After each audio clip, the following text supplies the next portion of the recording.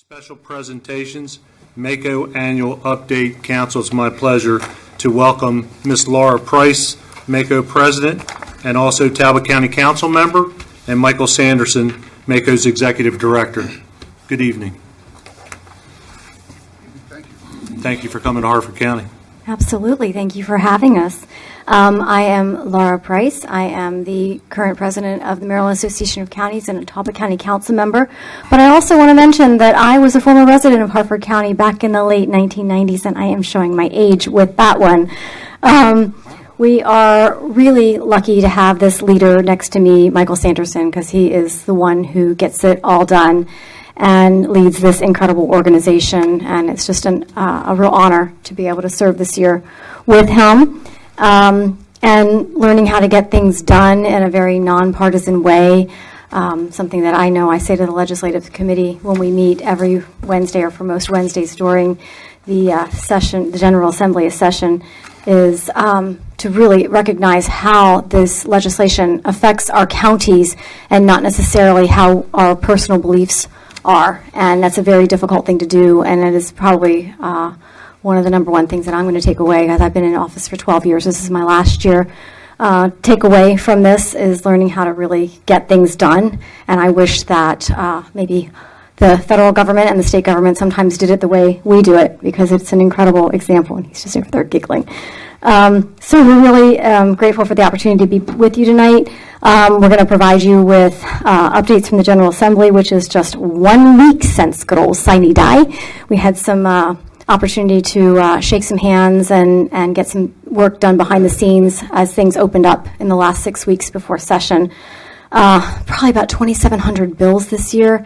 MACo analyzed a third of them, 900 of them, and it is fast and furious the way it comes to the staff, and I know I'm eternally grateful for all the work that they get done. And then our legislative committee, and Joe, thank you for serving on that. Every Wednesday morning for the first 8 weeks or so, going through all these bills that the staff has gone through and giving our input, because we know how it affects the counties. And one thing about tonight is I would like to set an example of having this be more of a dialogue rather than just us giving a presentation. So think about the things that we can do differently for MACo. So after we give this update, we definitely want to hear from you, what we did good, what we can improve upon, and keep the dialogue going, because it's not just the legislative committee member. We want to make sure that we involve all of the county council members throughout the year. I do want to hit on the first topic after, and Mike will go through all the rest, but that's the EMS, the Emergency Transport Bill, that was just so incredible this year, and that is the one that if you're familiar, that would increase the compensation from just $100 to going up, I believe it's $50 the first, $150, and not just transport to an emergency room, but to another appropriate facility, whether that's an urgent care center, whether it's a doctor's office, or even if we, if we revive you and you don't need to be transported, to get compensated and reimbursed for that is huge. And I'll tell you that on the initiatives committee, where we start with maybe 50 different possibilities, and we have to whittle it down to no more than 4, this one almost didn't make the list. We were down to 5. And I remember Michael saying, this is going to be a tough one to pass, and, the cybersecurity, and we should do that. And the only one who's going to carry the water on the EMS is us, because we know with our volunteers in the firefighter and the emergency services that this was something that we needed to carry the water on. And we want to thank Harford County for all of your support, and Senator Gallion for sponsoring this legislation. And we got it done. I mean, it's huge. And I'm going to let Michael take over the rest of it, because we had an incredible session. We killed some things that needed to die, and we got some things through that needed to go through, and then we got things studied that really need to go to summer study. So again, thank you so much for being here, and I'll turn it over to Michael Sanderson, our Executive Director. Thank you very much, Mr. President and council members. A pleasure to be before you tonight. We've distributed a packet of information, and I have no intention to go through that in a whole lot of detail. I want to be respectful of your time and your guests and agenda for the evening, but I'll try and sort of skip through a handful of things that I think are worth mention. And If that provokes more questions or comments from you all, either tonight or afterward, I agree with Councilmember Price that this is best when it's a two-way dialogue. So I'll mention a few things. We're literally just a week after the wrap-up of the General Assembly session in Annapolis. I will echo, we're really, really proud of working well with the emergency services community and with firefighters on support for these emergency services. This is going to improve the kind of service that we can deliver across the state. It's an overdue measure. It's been a tough one to lift. It's been years in the making. But this is the right direction to be heading, and to recognize that we're delivering medical service, whether it's at your house or whether we're going out to a community where there's underserved people. All of those things are the right way to be doing business with emergency services and leveraging that kind of support. So a really good move in the right direction there. Another issue that's a multi-year fight where we made ground this year is with state funding for your local roads and bridges through highway user revenues. This is years in the making. We know we've been on the wrong side of this. It's a multi-year fight.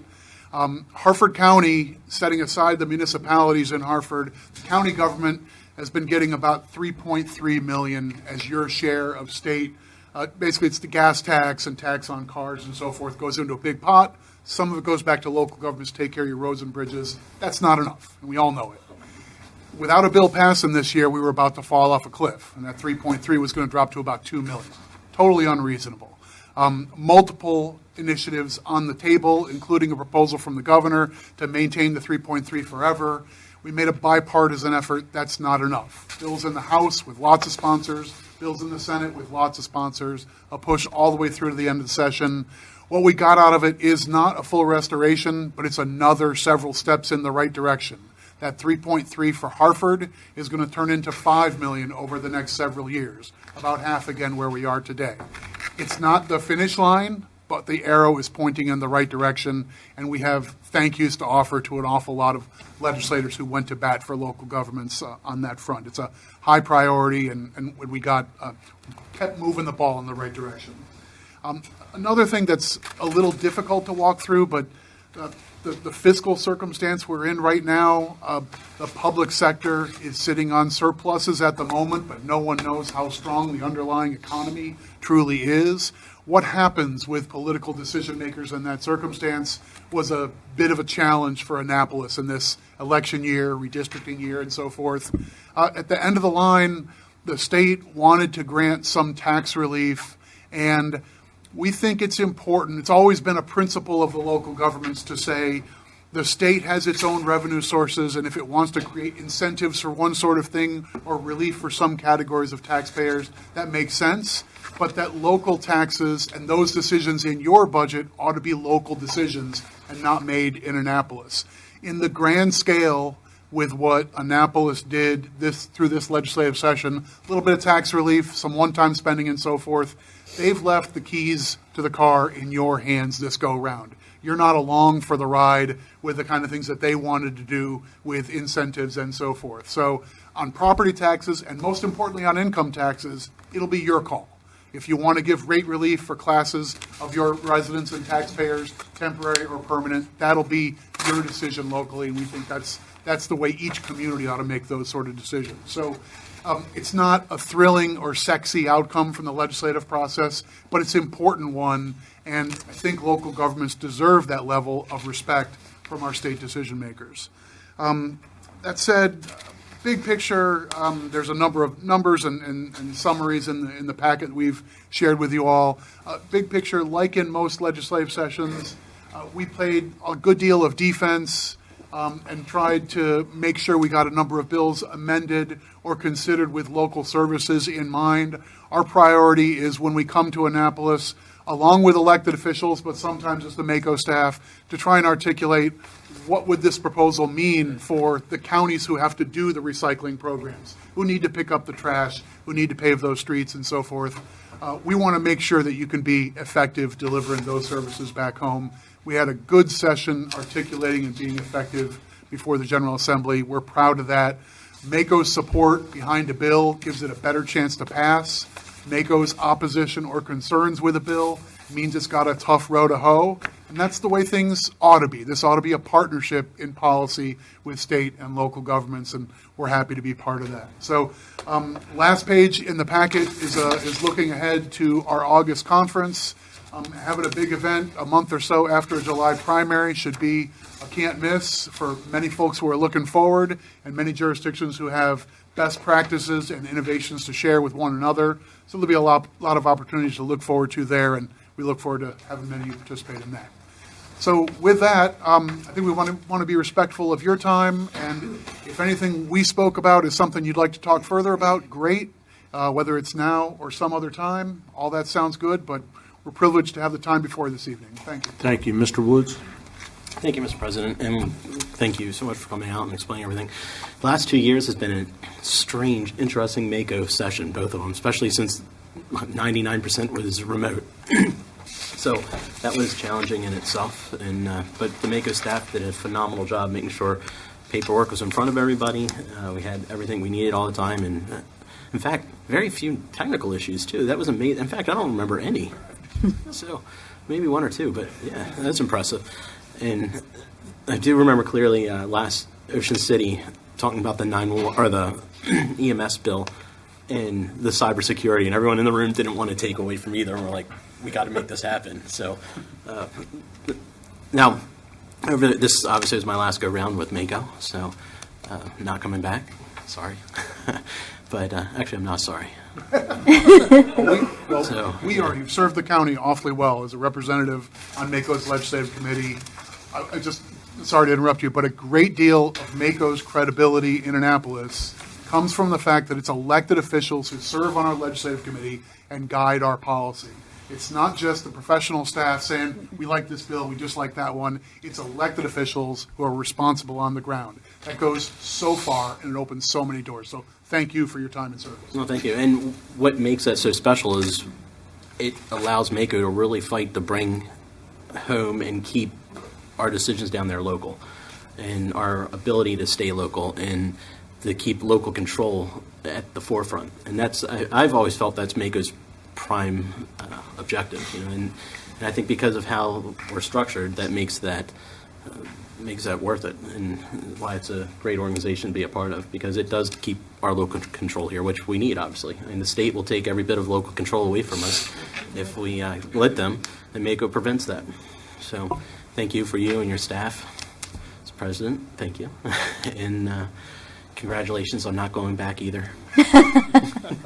Thank you. Thank you, Mr. Woods. Anyone else? Mr. Schroes? Yes, thanks for coming out tonight. I appreciate it, and I appreciate everything that MACo does for all the counties. You know, it's kind of like, you know, you kind of wrap everybody up in numbers, and you have an impact, and everyone down in Annapolis recognizes that you're for all of us, and that those numbers are behind us, just like you see the teal hats. You know, they have a force in numbers, just like, you know, you represent all the counties. And it is refreshing to see that we're getting back on track with the higher user revenues. I see that it's, you know, it's 3.2 today % that counties will get, and then SB Senate Bill 726 will take that to 4.8 in FY 26 and 27. But what I wanted to do is kind of put that in perspective. So, you know, right now we're at $3.3 million that we're getting from the state to take care of our roads. And you said it's going to go up to $5 million. Is that next year? Was that right? It'll be by 26, so it'll be a 3-year. So that is that. So that's that percentage, that FY 26. So to put it in perspective, I think we were around $15 million back in 2009-10. Yes.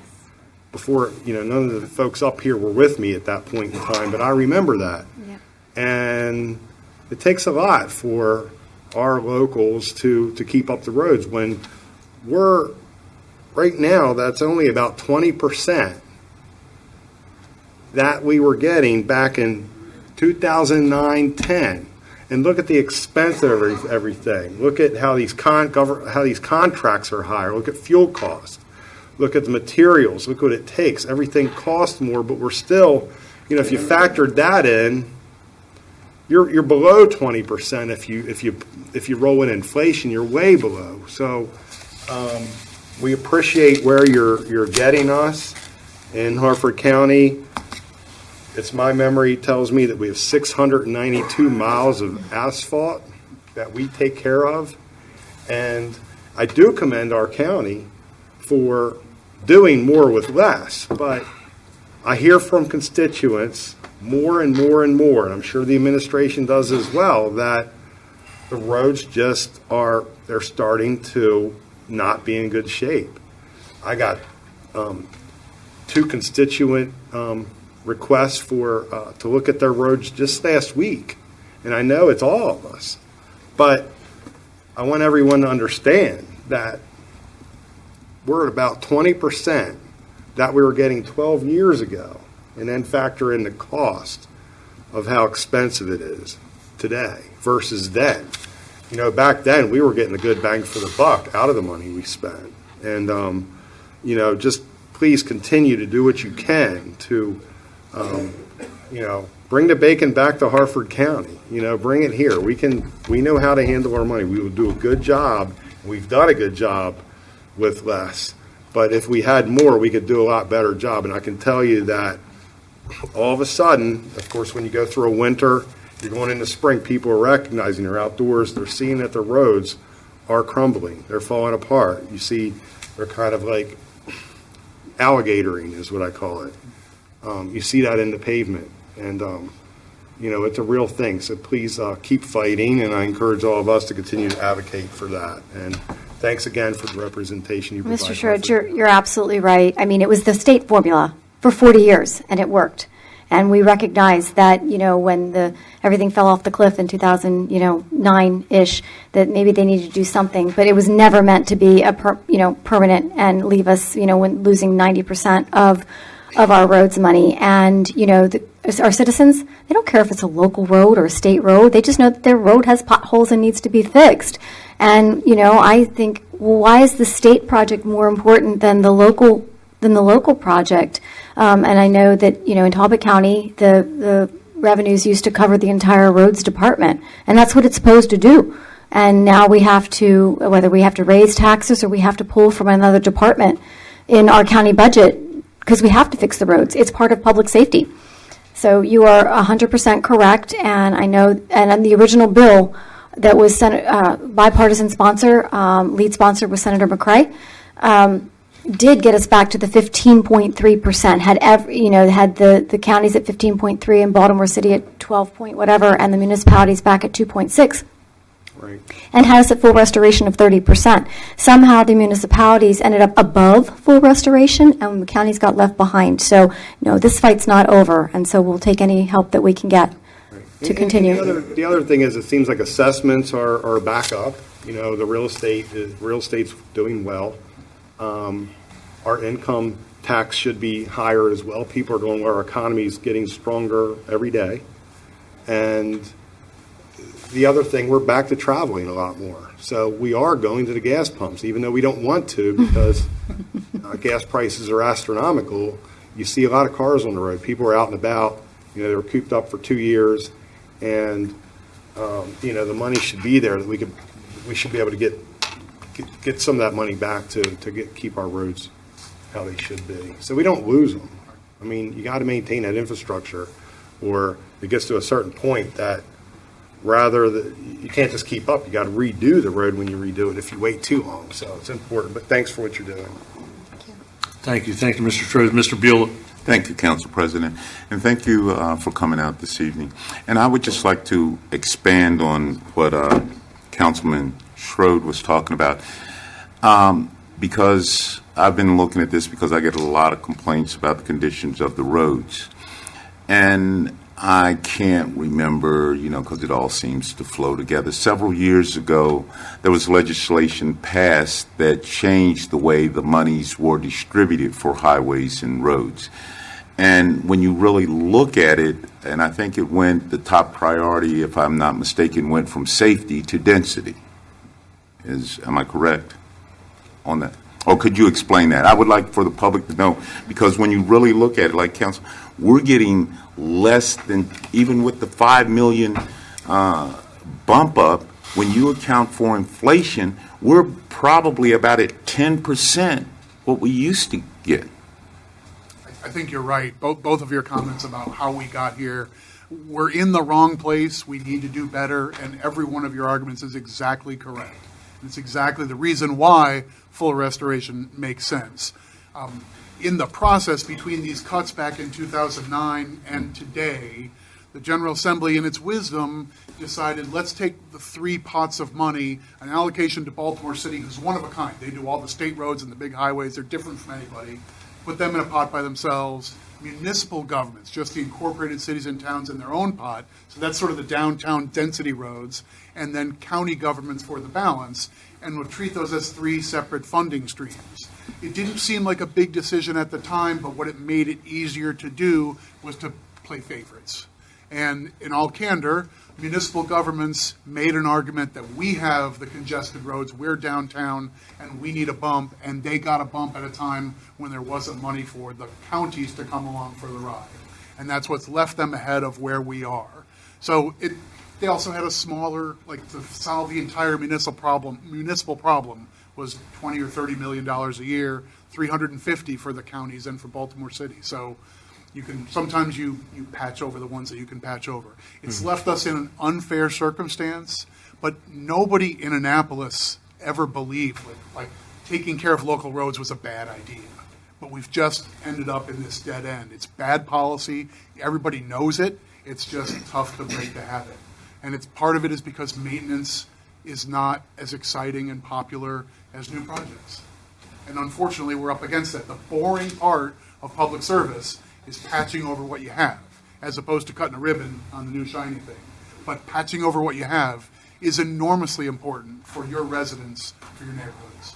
So we're absolutely going to keep at it. But you're right, there was a shift in priorities. That's not right. Thank you. Appreciate all you do. Thank you, Council President. Thank you, Mr. Buell. Mr. Schroeder? Is some of the money going to things like the HOV lanes, up 95, or is that a separate pot? Like where's the state money going? Like, I want to know where it's going, because we manage our money really well in the county. And so there's a long, expansive answer to that question that I probably can't do full justice to.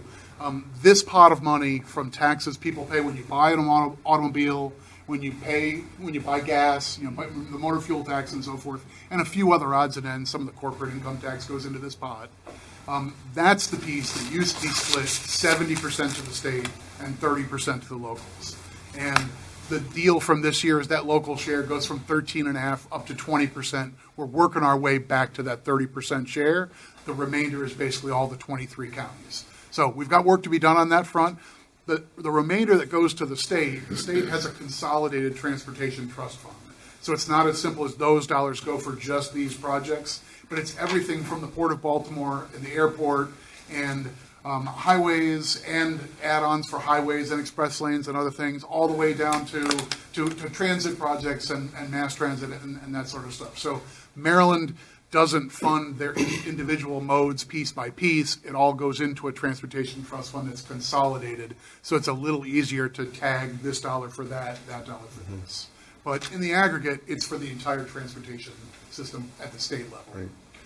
That's who's made out at our expense. I have a really nice Harford County project at the intersection of Grafton Shop Road and Route 23 I'd like to see funded. So if you're looking for something local. Well, and you all cut a do ribbon. they do their CTP tour where all of the different departments come around with either Jim Ports or Sean Powell or I think it was Greg Slater before that, and you all put together your priorities. I know we just did our priority list last week in Talbot County, and you have this list of projects that you want funded that are the state roads in your county, but then of course they have all the other things that Mr. Sanderson We're in mentioned. competition with Baltimore County in our district here, and we never, Ostego Street and Havity Grace, we never get ours funded. Right. Oh, I know that we did ours last week, and the same projects have been on the list for the 11 years that I've been there. They don't. Even the state money we Correct. can't get. So Correct. we can't get the local money, we can't get the state money. It is frustrating. I'm sorry, frustrated. This is my last time too, so. Thank you, Mr. Schroeder. Mr. Jandradena. Thank you, Laura. Thank Mike for coming up. I appreciate it. And welcome back to Bel Air. So, Thank you. you know, Constant friendship has grown since I left here. constant buildup. Yes. Constant buildup. Yeah, so it has grown. Question, based on a lot of that stuff also, how do we collect money from people that are coming out of state that are going through our tolls if there's no more toll booths? And how much are we losing? Are we collecting from people from their license plate and we send a bill, and if we don't collect, what do we do? I'm going to tap bottom on my knowledge in this area, but I will pledge to follow up back with you. I know the state has made some calculations on this. What happens is, once you go to automated toll collection, you cut down on overhead costs. So the net proposition of bringing in even less than 100% of tolls versus the, paying for all the various people and so forth that require, when you're actually stopping people for tickets and all that sort of stuff, tends to be a net positive calculation. Is it true that some folks from Connecticut probably drive through, we take a picture of their license plate, we don't know where to send it? That's probably true. We probably have some leakage. I think the transportation authority that makes those judgments, there's a board that works through those sorts of things. They made a judgment that it was in Maryland's best interest to do that. I think we're right side up on that transaction, but I will look into the reports on that and follow up with the full council. Thanks. Thank you. Thank you, Councilman. Laura, you were very passionate speaking about the emergency services funding. Mm-hmm. Does that new funding then go directly to our volunteer companies? Not necessarily to the volunteer companies, but the ambulances that are mostly paid, I think, around the state are EMTs, paramedics, and 911 center and all of that. So as the ambulance reimbursement was only $100, but only if you transported to an actual emergency department. Right. And other than that, it wasn't recognized. So what this changes is the Medicaid, Medicare, where if someone had insurance, you could bill their insurance, and we should if they have insurance. But because it was only recognized as transport to an emergency department, where this is also going to help us is now that it's recognized to transport elsewhere or to treat in home, and even the, getting ahead of the game and being proactive. We call them our frequent flyers, people that call 911 all the time. Mm-hmm. Now the insurance companies will be able to recognize that and will be able to bill them. So it's not just a state expense to pay us more for that, to the 100 to the 150, but also it gives us more opportunities to bill our insurance companies, right? Yeah, but I would say it's important that this is a process where individuals are not being billed. No one's getting a bill to your home and someone's shaking you down saying you have to pay $100. This is going to Medicaid, to Medicare, and private insurance companies who cover these services. Maryland sets the standard, what counts as medical care, and with this year's bill, we're just recognizing what we're already doing. And we're serving you in the home, we're taking you to urgent care, or we're coming to a community that needs help. And in all those cases, we're delivering medical care just as if you were in a doctor's office, so check the boxes and reimburse appropriately through the insurance. Right. Sure. We're not just Uber. We are actually, this is really recognizing the true medical professionals that our EMTs and paramedics are, and I know how much we all appreciate. Mr. Schroeder. So I see the great thing is that you mentioned the frequent flyer. So what that's going to do is going to free up true emergencies. They can go elsewhere to get their services. So when we all have a true emergency, we have a spot to go to, because before I think they were making that phone call so they could get the free ride to be seen at the hospital. Now they can go other places and people that are really hurt. A law that was as incomplete as Maryland's has been for probably the last 10 years or so, with the kind of service that we really need to be providing, when you can only reimburse for a tiny fraction of those services, you've got the wrong incentives for where to spend your time. Right. So reimburse everything the fair way, and now everybody can do their job appropriately, and it's just going to support the services that we need to be delivering. So it's a move in the right direction. Right. Okay. Council, and anyone else? Again, thank you for coming tonight. We appreciate it very much. Appreciate all the work you do on behalf of all the local jurisdictions across the state. We really appreciate the dialogue this evening, and I hope you have a great rest of the meeting. Thank you.